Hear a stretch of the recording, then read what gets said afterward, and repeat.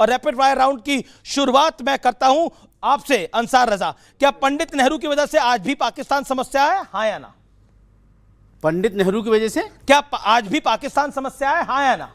समस्या पाकिस्तान तो जब से पैदा हुए जब से समस्या है। ठीक है, इसमें क्या है यार? क्या बीजेपी, वो तो बहुत बड़ी समस्या है। आपसे दूसरा सवाल, क्या बीजेपी मुसलमानों की दुश्मन है, हां या ना? बीजेपी मुसलमानों की दुश्मन है, हां या ना? अभी तक तो ऐसा ही लग रहा है। ऐसा ही लग रहा है। ठीक है शादाब चौहान, आपकी बारी है। क्या राष्ट्रगीत वंदे मातरम इस्लाम के खिलाफ है? ओ, क्या कांग्रेस मुसलमानों की हिमायती है? हिमायती होती तो आज हमारे ये हाल ना होते। ओके नहीं है। ओके, अब आपकी बारी अजय उपाध्याय। संसद में राहुल गांधी का भाषण बेहतर था या फिर प्रियंका गांधी वाड्रा का? दोनों में से बेहतर किसका भाषण था? दोनों देश के लिए एक जो को अच्छा हो चूज करना सकता है। था उन्होंने बोला था। चलिए आप बच गए।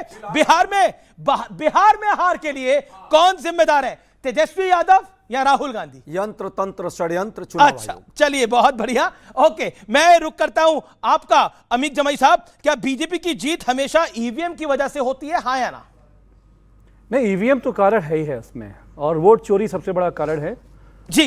और आप अब अगला सवाल, और आपकी जीत किस वजह से होती है, ईवीएम की वजह से या अखिलेश यादव की नहीं, वजह से? हमारी जीत होती है सिया रामचंद्र जी के आशीर्वाद की वजह से। अच्छा, आपकी जीत सिया रामचंद्र हाँ जी जी, का हाँ जी, आशीर्वाद है, हाँ उनकी जी, ईवीएम है। हमें proud है। ओके, स्वामी दीपांकर, चुनाव में जीत की गारंटी तुष्टीकरण है या ध्रुवीकरण है? नहीं, हम समझे नहीं, एक बार दोबारा। चुनाव में जीत की गारंटी तुष्टीकरण है या ध्रुवीकरण है? अब से पहले हुआ करता था, मगर अब सनातनी एक होकर के अपने भविष्य के लिए सोच रहा है, तो अब ये सब नहीं चलेगा। तमिलनाडु के विषय में जो इस देश में एक जज के साथ हो रहा है, उसको आप एक लाइन में क्या बोलेंगे? इस देश का सबसे बड़ा महापाप, और पूरे देश का मौन होकर उसे देखना और इस बात को समझना कि गुनाह उनके भी लिखे जाएंगे जो तटस्थ और मौन रहे। ओके, सुधांशु त्रिवेदी, आखिरी बारी आपकी है। क्या वंदे मातरम ना गाने वाले देशद्रोही हैं, हां या ना? निश्चित रूप से। ओके, अगला सवाल, अगला सवाल, यह अगला सवाल ध्यान से। दिल्ली में प्रदूषण ज्यादा खतरनाक है या फिर ई सिगरेट का धुआं? सुनिए नहीं, समझ गए सवाल, प्रदूषण, नहीं सुनिए प्रदूषण स्वास्थ्य के लिए खतरनाक है, और ई सिगरेट जो है वो देश के लिए क्या सोच है कि जो खुद नियम बनाने वाला वो नहीं मान रहा है, इसलिए वो संवैधानिक दृष्टि से ज्यादा खतरनाक। चलिए, तो इस चर्चा की हम शुरुआत करते हैं और मैं सीधा रुख करता हूं डॉक्टर सुधांशु त्रिवेदी का। सुधांशु जी, क्या आपको लगता है सियासी खेल विपक्ष इसलिए फेल हो रहा है क्योंकि वो कई मुद्दे इसलिए नहीं उठा पाता क्योंकि आप उनको घेरते हैं बार बार? देखिए, विपक्ष की जो परफॉर्मेंस और कांग्रेस पार्टी की बहुत आउटस्टैंडिंग है, because they are always found standing outside जब मुद्दे की बात होती है। आपने देखा होगा जब वो मणिपुर के मुद्दे के ऊपर अविश्वास प्रस्ताव लाए थे, जब प्रधानमंत्री जी जवाब देना शुरू किए, छोड़ के चले गए। खुद ही कहते हैं कि इलेक्टोरल रिफॉर्म्स पे चर्चा हो रही थी एसआईआर को लेकर, जब गृह मंत्री जी ने जवाब देना शुरू किया और जैसे ही अनकंफर्टेबल सिचुएशन आनी शुरू हुई, वो छोड़ के चले गए। जब जिस मुद्दे की बात आती है तो सदन के बाहर गतिविधि ज्यादा नजर आती है, यानी आउटसाइड ज्यादा स्टैंड करते हुए दिखाई पड़ते हैं, इनसाइड नहीं दिखाई पड़ते। और मैं एक लाइन में कह दूं, अमित शाह जी और प्रधानमंत्री श्री नरेंद्र मोदी जी जमीन से जुड़े हुए नेता हैं, और राहुल गांधी जी जमीन से उड़े हुए नेता हैं। और उन्हें ये नहीं सोच के रखना चाहिए कि हमें एक बार सत्ता मिली थी और हमें मिलती रहेगी। तो जिसे एक पंक्ति में कह के समाप्त करता हूं, कांग्रेस की स्थिति जानते हैं आज क्या है? नादान तमन्ना रेती में, उम्मीद की कश्ती खेती है, एक हाथ से देती है दुनिया, 100 हाथों से ले लेती है। ओके, मैं अजय उपाध्याय जी का रुख करता हूं। अजय उपाध्याय जी, कैसे हो पाएगा ऐसे? देखिए, पहली बात, हमारे साथी प्रवक्ता ने बहुत सारी आरोप प्रत्यारोप लगाए हैं। वाकई औरों के ख्यालात की लेते हैं तलाशी और अपने गिरवा में इनको झांका नहीं जाता।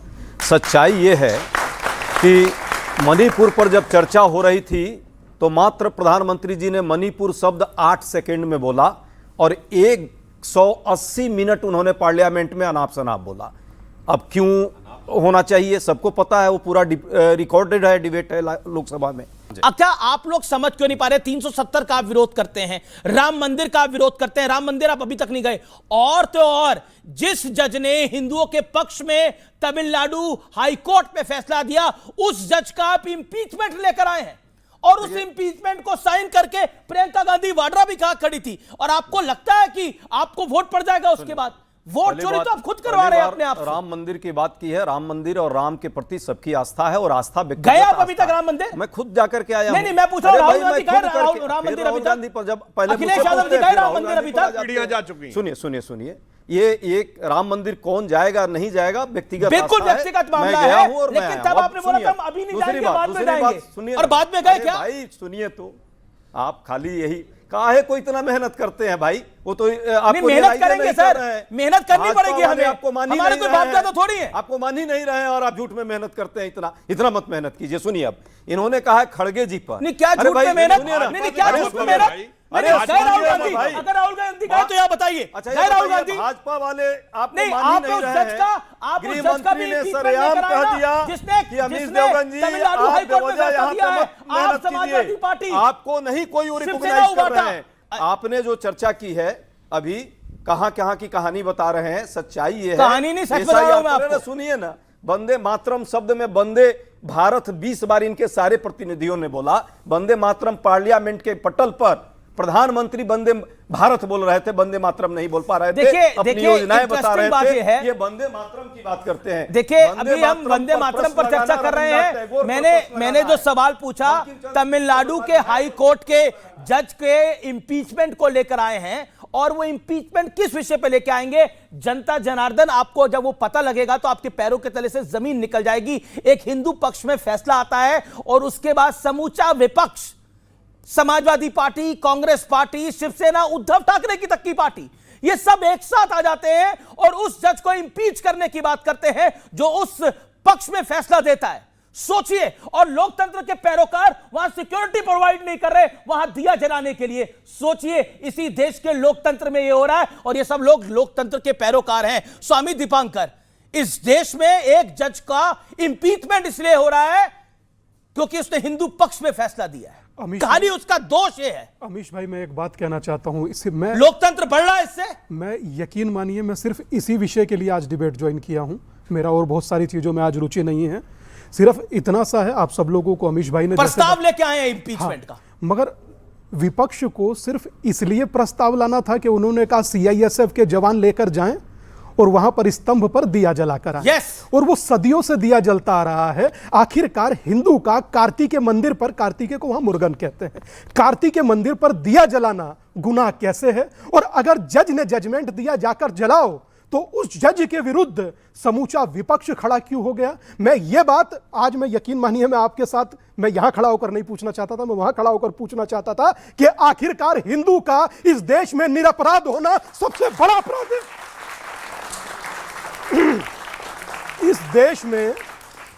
इस देश में हाथ जोड़कर सभी लोगों से कह रहा हूं, हिंदू का निरपराध होना क्या सबसे बड़ा अपराध है? क्या सनातनी होना सबसे बड़ा अपराध है? और अगर अपराध है तो बताइए मुंह पर, वरना फिर बाद में आप हम ही से वोट मांगने आएंगे और कहेंगे कि वोट दीजिए। किस लिए दिया, किस लिए दे वोट? कि आज दिया नहीं जलने दे रहे, कल सड़क पर चलने देंगे? है कोई इसका भरोसा? और यकीन मानिए अमीश बाबू, समूचे हिंदू समाज में इसको लेकर रोष नहीं है, दुख है। इसलिए दुख है क्योंकि इसमें मेरे सपा के हिंदू हैं, मेरे बाकी विपक्ष के हिंदू हैं, वो भी तो हिंदू ही हैं। वो हिंदू होकर हिंदू का दिया नहीं जलने देना चाह रहे। किसको खुश करना चाहते हैं? उन्हें तकलीफ है या नहीं है, ये आपको कैसे पता? आप कह देते हैं, उन्हीं पार्टी के व्यक्ति स्टालिन ही कहते हैं कि डेंगू है, मलेरिया है, एड्स है, सनातन धर्म को कोई कुछ नहीं बोलता। ये हिंदू समाज इतना सोया हुआ समाज है, अपने बिना भी नहीं बोल रहा। मतलब कि सुधांशु बोले चलेगा, हम बोले चलेगा, उपाध्याय जी बोले चलेगा, आप बोले चलेगा, वो बोलने को तैयार ही नहीं है। मेरी हिंदू समाज से अपने लिए तो जागो, अपने लिए तो जागो, अपने लिए तो बोलो। आपके लिए उस जज को कैसे अपीच किया जा रहा, महाभियोग लाया जा रहा। सबरीमाला पर निर्णय आया था, सबने सम्मान किया, दोबारा कोई गया वहां? कोई नहीं गया। कश्मीर का रिवीजन करने से कोर्ट में मना कर दिया, कोई गया? कोई नहीं गया। मगर यार, हिंदू को दिया तो जलाने दो गुरु। इतना क्या तुष्टीकरण का चश्मा लगाकर अंधा हुआ देख रहे हैं?